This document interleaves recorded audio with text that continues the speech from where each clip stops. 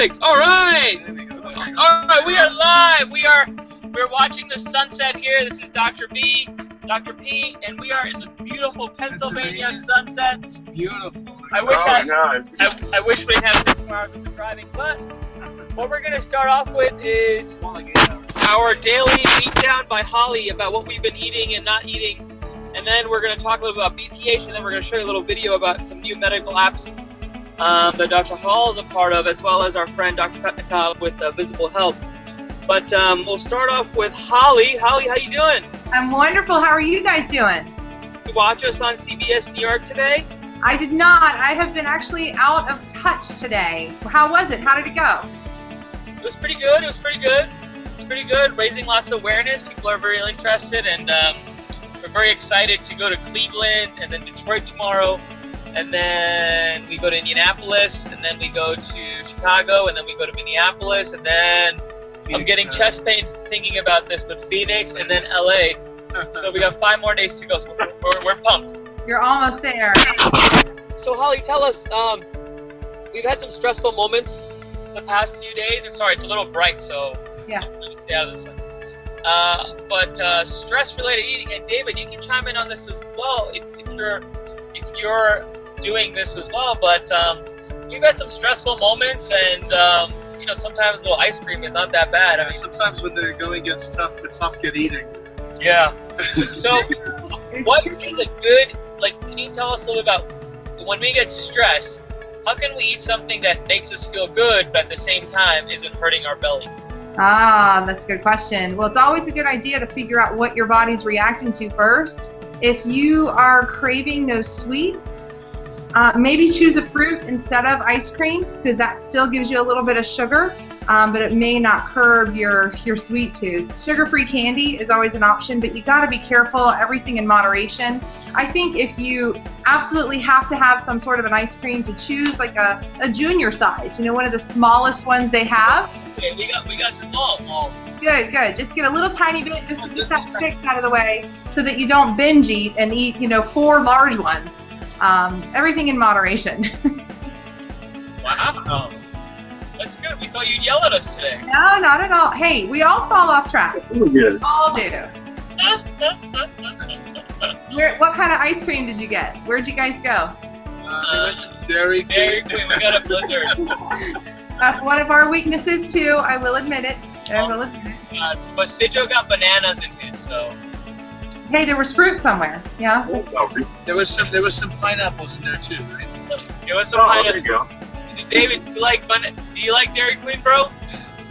I do, yes. We were there yesterday. Oh yeah, what's your favorite blizzard? Here's a good one. I like the Twix. It's pretty good. I didn't get it. Oh, that's so good. I did not eat the Twix blizzard. So. Yeah. That was good yesterday. I don't know if you guys saw my posting yesterday. Today. I don't know if you guys saw my posting yesterday evening on the portions of onion rings. Oh my god. That was huge. Oh my god, that was crazy. It was bigger no than wonder there's an obesity epidemic. It was bigger than my face. I was like, wow. I was wondering why your tummy looks bigger today. Oh, that's so mean. So, stress eating, it happens much more often than we want it to, especially on road trips like this. It's so much easier to grab a bag of potato chips or get some blizzard. And I agree with you, Holly. You got to figure out what are those stress triggers. Mm-hmm. So men overall, have a lot more anxiety, a lot more depression, a lot more mental health disorders. And tomorrow we're going to try to get a psychiatrist on to talk a little bit about this. But I agree with you. There is a big push to eat better now. There's a lot of weight loss clinics out there, Heidi. They're opening up everywhere. Call me Heidi again. Holly. I said Holly. There's a lot of weight loss clinics out there, and they're opening up everywhere. I just don't understand. Is everyone doing the same thing? And why are they just popping up everywhere? I think there's a lot of people that are overweight, to be honest with you. And there was a big. What? What did you say? What's that? No problem. Oh, he's on the phone. Where we live in Polk County, I don't know if you guys are in Polk County or Orange County.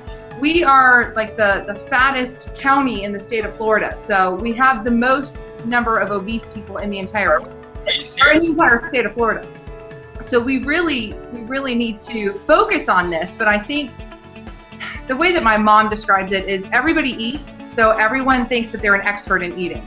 Now, there are some things that help people, and there are some that don't. There are many, many factors that are involved with gaining weight, not just how many calories you eat and how much you exercise, but there's plenty of other factors like your genetics, your food allergies, toxicities, your hormones, your thyroid. There's so many other things involved. So it's important to, of course, start with the calories and exercise, but if that doesn't work, to find somebody who's actually trained in this stuff, not just some doctor who did a weekend course and is now selling diet pills. There are many of other doctors who really are trying to look at it in a different way, approach medicine in a different way. I agree with you. And then a lot of these clinics end up putting you on medications that are appetite suppressants. What is your thought on using that? Well, we started off as a weight loss clinic about 8 years ago, and we did dispense a lot of appetite suppressants at that time. I think that they can be used as a crutch for a little while. I don't think it's something that people should use for an extended period of time. After being around it for so many years, for almost 10 years now, I think it's better to try to do it without appetite suppressants. I think that the people kind of become not necessarily dependent, but they think that they really need appetite suppressants in order to control their appetite. But if you teach them from the beginning, you really don't, then they learn that you really don't have to take this. There is a better way. I mean, to be very honest with you, I'll be very upfront. I got into the whole Garcinia phase, Garcinia Cambogia or whatever. And I ordered a bottle. I was eating like 6 pills a day. And honestly, I felt like, I think there is some stimulant effect to it. I felt like I was eating more actually. Because I was like, oh, I can eat more because I'm taking these pills. But I think it may just be my personality where if I am like really excited and hyper, I want to eat. So these things for us are not, they're not always the best thing. So, Holly, thank you so much for chiming in with us today and stress eating. We're definitely trying to control ourselves. And Holly, you're welcome to stick around. We're going to talk about an awesome new treatment for enlarged prostate with Dr. Hall here. How do you have any questions for us?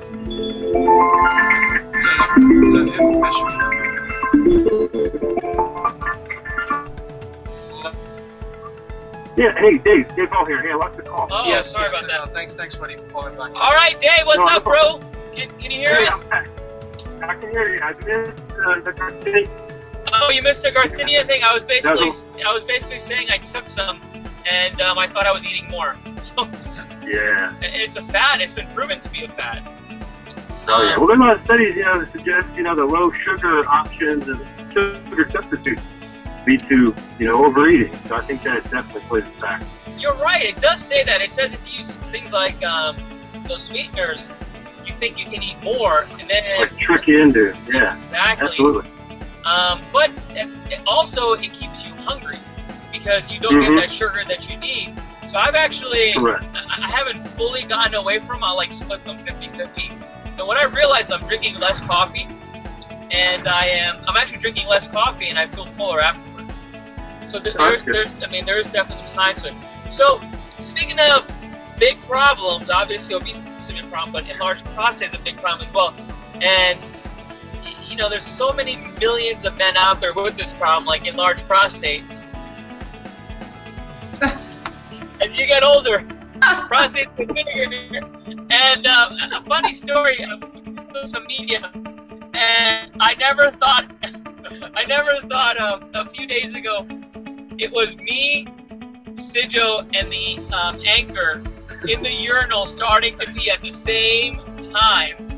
And you could tell which one of us was the oldest one because that person took the longest. I was already done washing my hands. So it was so funny. It was like, I wish I had a camera. Like, I'm like, can I take a... Obviously, Sidjo asked if he could take a selfie, and the guy's like, no. Definitely a correlation. So a lot of people confuse BPH and actual prostate cancer. Can you tell us a little bit about what the heck is BPH and why is it such a big problem? I mean, it's such a big problem because almost inevitably with age, males, our prostates enlarge, and a lot of that enlargement is around the urethra, the tube that we pee through. So that obviously leads to getting up at night to pee frequently, 1, 2, 3, 4+ times a night. Weak stream that you mentioned in the bathroom there with the news anchor.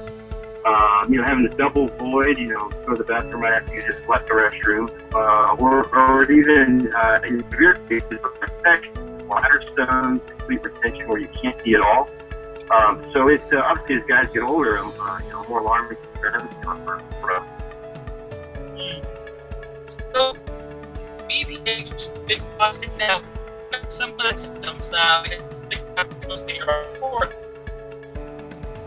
I think it depends. There's a lot of symptoms called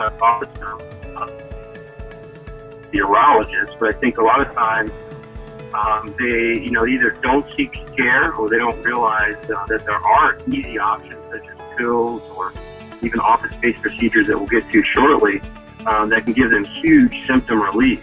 While that's absolutely necessary, I think it's far more underutilized than most guys think. Now, now you mentioned some intervention. So obviously there's behavioral things you can do, and then but how do you differentiate your prostate is not enlarged from cancer versus just BPH? Yeah, I mean, I think that aspect is where a urologist or a family physician or something can come into play, where the routine rectal exam, the prostate exam, and then the blood test, the PSA, come into play. And those two tools really help you screen the guys who might have symptoms from prostate cancer or just prostate enlargement. So we had a great talk on that earlier today by Dr. Stacy Loeb on active surveillance and screening. So let's say they've been diagnosed with BPH. Now, I usually start medications first. I'm sure all the guys out there have seen the commercials for Flomax or Daily Cialis or things like finasteride, Proscarge, Tasteride. But I find it really hard. I would love to see how you tackle this. Is I tell them that you're young, especially the young guys, 50, 60, 70, is that if you do surgery, you may not ever have to be on these pills, but it's so hard to convince them into that because they think surgery is such a big deal. I remember, and I think it is, but I don't think it is at the same time. What are your thoughts on that, Dave? Yeah, I mean, I think, like you said, it's tough to talk guys into more aggressive options such as surgery, rightfully so. So I think most guys, if they're not really bothered and they're emptying their bladder well, they're not having real complications from it, just watchful waiting for BPH is fine. But as their symptom scores increase or they retain more urine or have other complications like infections, that's when medications usually play a role. And I leave it up to guys, there's some guys who can't stand the thought of taking medications, can't remember to take them, or have side effects from those, and then they're interested in perhaps other procedures, but maybe not quite yet as aggressive as quote-unquote surgery. And then there's, so that's when I usually will at least offer them one of the latest options, such as the UroLift by NeoTract. What is that? Hey, I lost you, man. Can you hear us? Hello? Yeah, hold on. I got somebody trying to call me. Oh my God! Priorities! Fuck my God. That was the Drive for Women's Health. So, hey, back to the Drive for Men's Health. They're still trying. Here. No, go ahead and talk to them. We want to hear your conversation with them. No. I don't really hear about women's health. So, the UroLift is a newer technique. It's FDA approved as of this year. And it's an office-based procedure, so not surgery per se, where... But you do it in the office? You do it in the office? Do it in the office, yes. Really? Wow, I don't even do it in the office. Oh, yeah. We give the guys like a Valium, for example, and pain pill. And then we'll put a catheter in their bladder, put a little local lidocaine in the bladder, let that sit for about 30 minutes. Oh! And then go ahead. You fall asleep? That sounds horrible! No, I'm just kidding.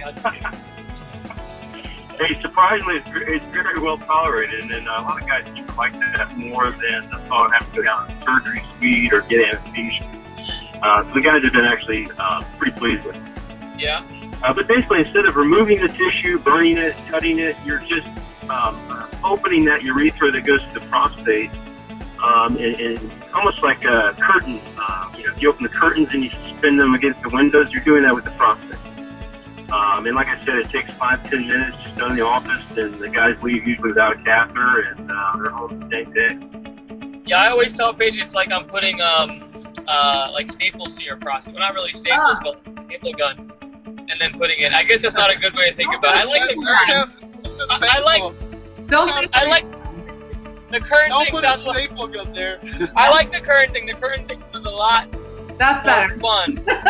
Yeah.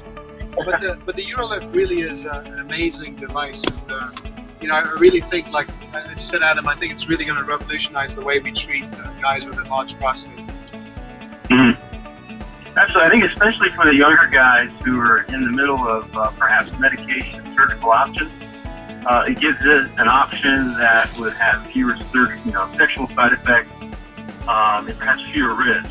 And studies so far have shown that it gives them significant improvement above their medication. So I think it's just another option that you can offer guys. So it's all about giving options and I think for most information. So for most of these guys too, it's nice because I think one of the biggest issues is the lack of any impact on sexual function. Mm-hmm. Really has no impact on that. And so when you look at the traditional Roto-Rooter surgery or the TURP procedure, there's a small percentage of guys that really do develop some erectile dysfunction issues. And so for these younger guys, I think UroLift really is, and that's an important deal. And so I think that the UroLift really offers a new treatment modality that with minimal risk. Absolutely. And so Holly, on your end, in terms of prostate health, do you have any specific supplements or anything that you recommend?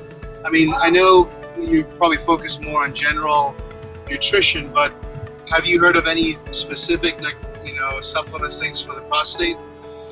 Not off the top of my head. I think that's something I'm going to refer to my mom. Let her make that decision. Yeah. That's fair enough. I'll stay away from all this. Well, I have a lot of patients that take saw palmetto, and research on that. Yeah, I do too. And when I was in training, it was like, oh no supplements, FDA not approved. And it's still not FDA approved, but I have a lot of guys taking it and they swear by it, and I don't say, oh, get off of it. I just say, okay, well, I can't really recommend it. I can't say yes or no. But if it's working for you, then go for it. All right. So as we were saying, saw palmetto. I have a lot of patients on it. I don't discourage it and I don't encourage it, to be very honest with you. Really? Yeah. Maybe. So I've seen so much improvement with multivitamins and supplements. If you get the right kind, I think, yes, they are not FDA approved, but there's definitely a difference in quality with ones that you buy from, let's say, a grocery store or a supermarket versus what you can get through a doctor's office. I think you can really get some good effects off of herbal supplements. I know you can. I've seen it happen. yeah, so I heard about a doctor that bought Garcinia off Amazon. And it's not me. It's not me. It's so scary. Oh, man. You know what it is. Dude, so I really think UroLift is freaking amazing, man. I've had 5 patients recently, all without a catheter. I mean, We just had a patient testimonial. Testimonial we did at our takeoff. I love doing TURPs. I love them, and I still do them. But it takes a little while to recover. I have to put a catheter in them. It irritates them, dysuria. They have a lot of urgency and irritative symptoms persistent afterwards. Whereas with the UroLift, maybe it's patient selection or whatnot, but they're like in love with the procedure. Like they're like, oh my god, I love it. So I don't know what it is about it. I think it is the future. I don't think it's going to be a fad like microwave and tuna. I think this is here to stay. Yeah. Is that what you said? It's pretty I cool. think you mentioned patient selection, so I think one thing is, the whole median low concept. So I know, I described that to patients. I've had guys who wanted the UroLift, and I just couldn't really do it because of the kind of prosthetic urethral anatomy. So that's the one thing I've seen, but I don't know if you've had a lot of guys. The guy I did it on had, I would say, fairly good sized median lobe, but he would only agree to a UroLift. So I told him, I documented it, and I ended up firing it 5 times, and the guy's doing great. He's doing great. Okay. I mean, he's not ideal, but I mean, obviously all the papers were done on guys with, you know, lower median lobes. But what I do find is the guys with the large median lobes or the moderate to median lobes do bleed quite a bit afterwards. So I still end up keeping catheters in these guys. I don't know if you have any tips for tricks.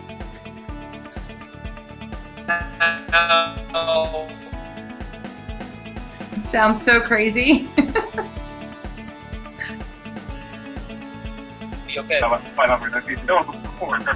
You mentioned the median lobe. No, I haven't. No, I really usually don't. Maybe that is a good idea. Just start them on it, like. But I think we tend to get a lot of bleeding if you go in and out a lot, right? I mean, so I think as I've done more and more, you know, I think the less you move in and out of that bladder neck area, I think the less traumatic it is. And you know, so far I've been able to get away without putting. I think only one guy I've had to put a catheter in. But you're right. I mean, it sounds like Proscar might not be a bad thing. No, it's good. I mean, I like it. When we do Turfceptor with Proscar, it's pretty cool. So, guys, Proscar is a medication that we put patients on that helps shrink the prostate about 35-50%, and Pomax relaxes the muscles of the prostate. So it's kind of combination therapy. But if you get procedures then like UroLift or TURPs or button TURPs, the whole goal is to get you off all those medications in an ideal situation. I think sometimes patients' bodies get dependent on some of these medications. I find it hard to get them off sometimes, but I do try. Well, this is fantastic, Dr. Hall. So how is your bladder flowing tonight? Feels good. I avoided 3 times before the talk here, so I'm good. Oh, wow. 3 times? Yeah, triple avoided, yes.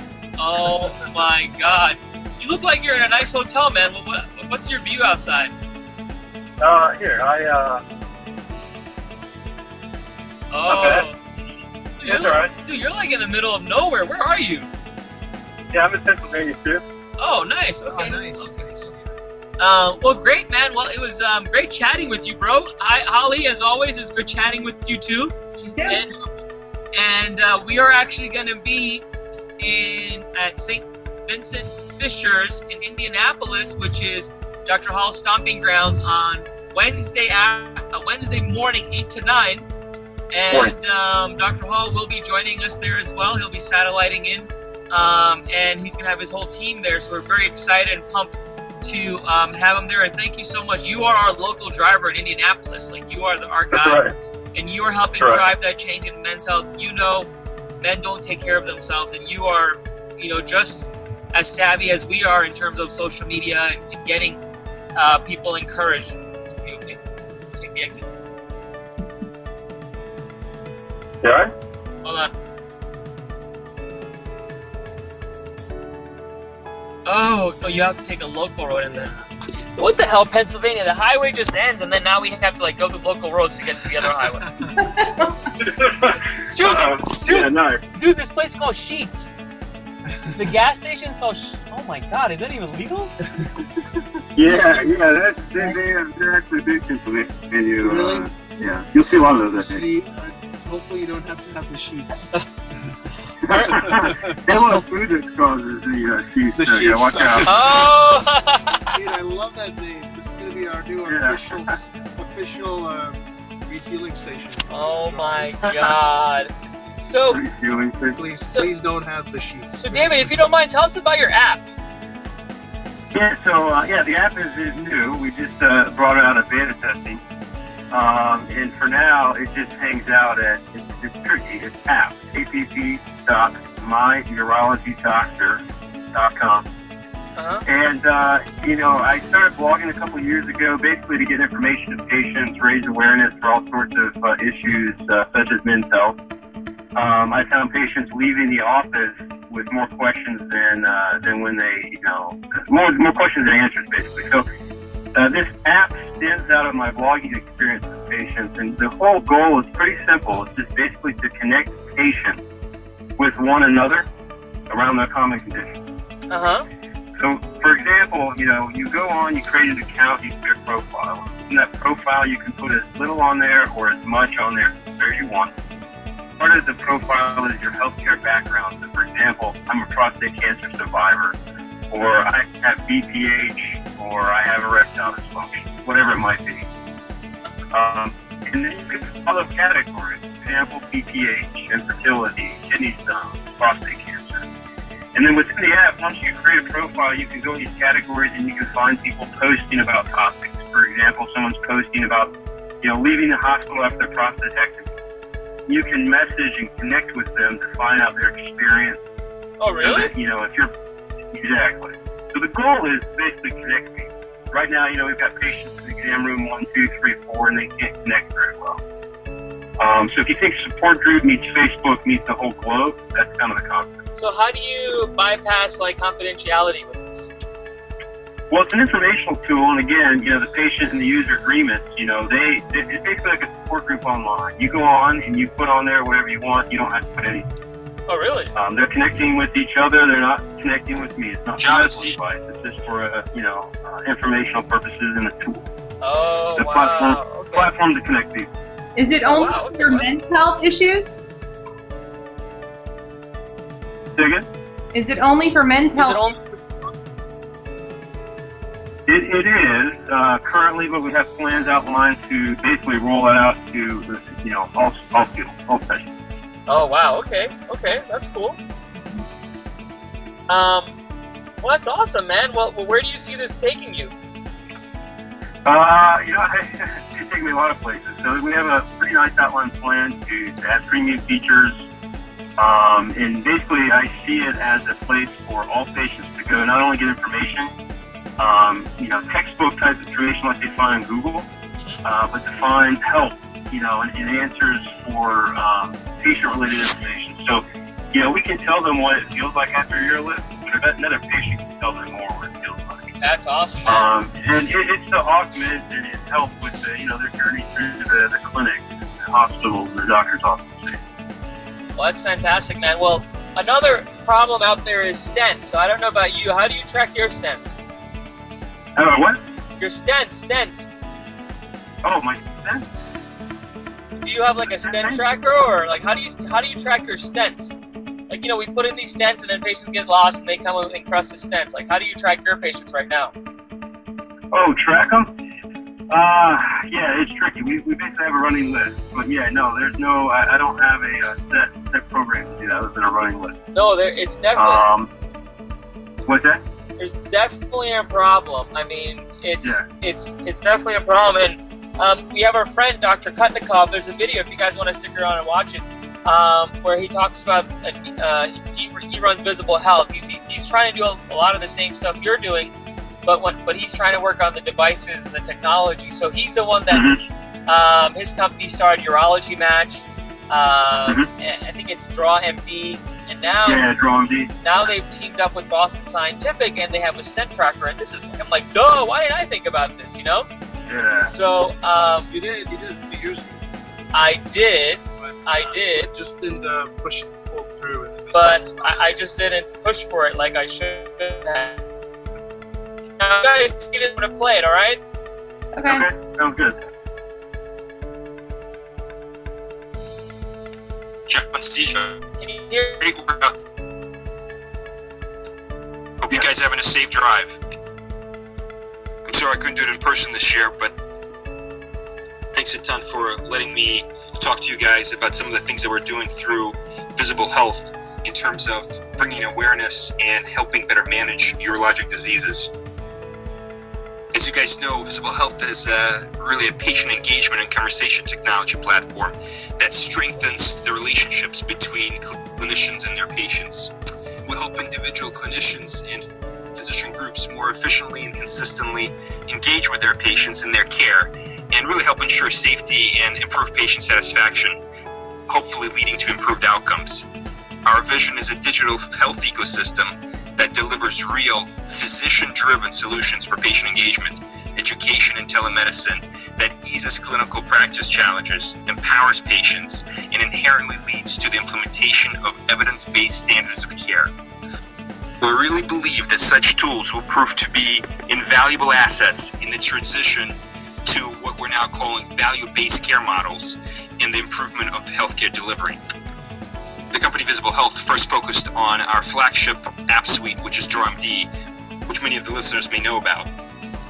DrawMD allows to visually communicate anatomy, conditions, procedures, and concepts to patients to improve patient understanding and retention, and really to improve the quality of care that we're giving out there.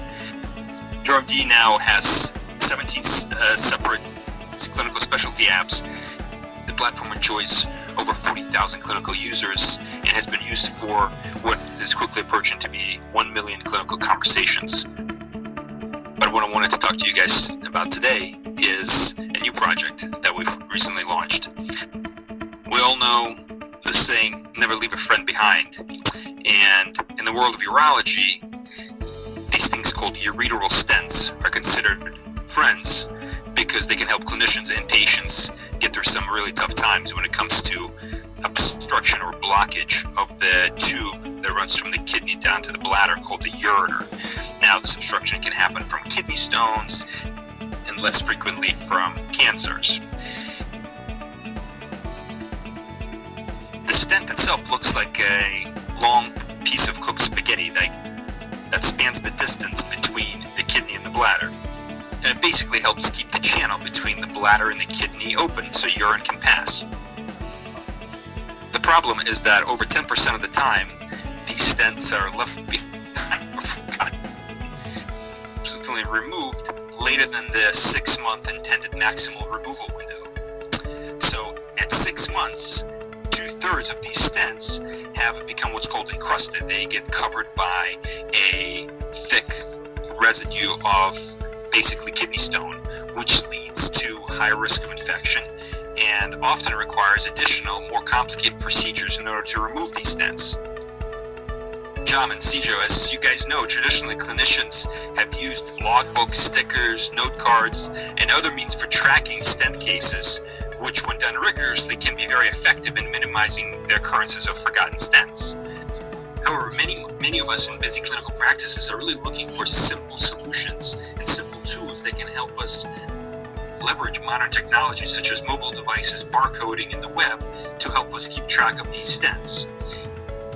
To this end, we've partnered with Boston Scientific and have come up with what we think is a terrific solution for helping a busy urologist keep track of ureteral stents and make sure that all the stents are changed or removed in a timely fashion. We call it this platform the Ureteral Stent Tracker, and we've spent a considerable amount of time designing the system that focuses on ease of use, simplicity, reliability, and most importantly, security. The Stent Tracker allows the clinician to use a mobile app or the web to quickly capture stent placement at the point of care. You can choose from a list of existing patients or add new patients or have your assistant add patients to your lists remotely. All you have to do is scan in the stent barcode and the patient gets added to your personal database. That helps you really keep track of indwelling and overdue stents through the Stent Tracker Clinical Workspace. What we're really excited about is in the future we will have a patient portal which will help educate patients about the stents, help them be educated about the symptoms that they can expect with these stents, and really serve as also a reminder to go back to your physician and have that stent changed or removed. If you're interested in learning more about the Ureteral Stent Tracker, please visit www.visiblehealth.com. There you can also learn more about other digital tools that we're developing in order to improve the clinician-patient conversation. As I said in the beginning, we really believe that such tools will really improve the quality of today's healthcare delivery and will help physicians be better clinicians for their patients. Sijo, Jamin, thanks so much for the invite. All the best on the drive, and great work raising awareness for men's health. Take care. What'd you guys think? That was good. Yeah, it's very cool. I like that. Is this the first time you're hearing about it, bro? Or? Yeah, I met him at a conference years ago, and I've heard of the Draw app, Draw-MD, but I've not heard of the SpinTrack. That's the first time I've heard of it. It's awesome. I think it's gonna revolutionize it. It's because right now, like, we have a little list in the office, and we try to get them booked, but they still get lost. Especially our practice, where we have a lot of what we call snowbirds, where they come and get some procedures and they move back, during this during the summer months. So I think it's cool, man. I mean, it's cool that urologists are so entrepreneurial, like yourself and Dr. Kutnikov. I mean, it's just awesome. Well, it's exciting, healthcare, everyone's so down about healthcare. I think identifying all these problems and then coming up with technological solutions is exciting. It's exciting It's great for everybody. and exciting, and I'm glad it's our generation doing it, man. And then we are those drivers, from apps to engage patients to tracking stents to using social media to create a huge movement and a change in men's health. I mean, we're doing it, and I'm so glad. I mean, Sidhu and I can't say this enough. We're so glad we have people like yourself, Dr. Hall, and Holly, and Dr. Wigstrom, and Dr. Kutnikov, everyone else getting us there. I mean, we have had so much awareness in just 5 days in almost every city that we've been to. And I mean, I don't think we could even dream of something like this, in my sleep. So this is really awesome, and the only reason we could do it is because of you guys. Thank you guys so much. We're just driving this car. It's you guys on the ground doing the work. You guys are doing a lot more than you're giving yourself credit for. You're the ones that are in that car. I'm at home in my comfy house. I know, and I have to sit next to this guy for that. I mean, after a while, But it helps when he does these things. 'Cause that's that much less Katy Perry than he used to listen to. That's right. Well, listen, guys, it was a pleasure talking to you guys, and David, we'll catch up in about 2 days. Holly, I'm sure we'll have you back on tomorrow. And hope you have a blessed night, and we're gonna enjoy this Pennsylvania sunset, and then we'll see you guys later. Thank you, guys. Get some rest. Sounds good. Take care, guys. Bye. Bye. Bye.